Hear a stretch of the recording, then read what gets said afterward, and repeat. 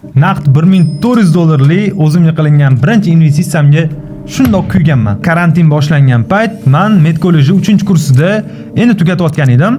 Hamma joy yopilib qolgani uchun o'qishga bo'lgan qiziqishim bo'lib qoldi. Kichkina akam bilan yetkazib berish xizmatiga material sotishni boshladik. Ishimiz yaxshi ketib, bozordan ijaraga do'kon olib 2 yil akam bilan bitta do'konda ishladim. Zamonaviy kasblar chiqqanidan keyin akam menga imkoniyat yaratib bermoqchi bo'ldilar. Qancha rasxod bo'lsa beraman ukam dedilar. Birinchi zamonaviy kasblarning ichida 3D Max'ni bilganim uchun o'sha bo'yicha qiziqishni boshladim. Bitta motivatsiyalarga boy, 1 yildan keyin Malibu oladigan voice chatdan ruhlanib, birinchi investitsiyamni kiritdim.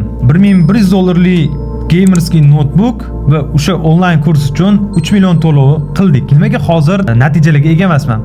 Chunki qiziq narsa bo'lgan, motivatsiyalar bilan o'qishni boshlaganman. Birinchi video darslik tashlab berilyapti. Sarlavhasi qora yo'l bilan 3D Max dasturini yuklab olish. Aynan o'sha nuqtada hamma orzular taqataq to'xtagan. Meni ko'nglim bo'lmagan, ertaga non topadigan narsamni xuddi men noto'g'ri yo'l bilan topaman degan fikr hukmronlik qilgan deydi-yu. Bu narsani umuman davom ettira olmaganman.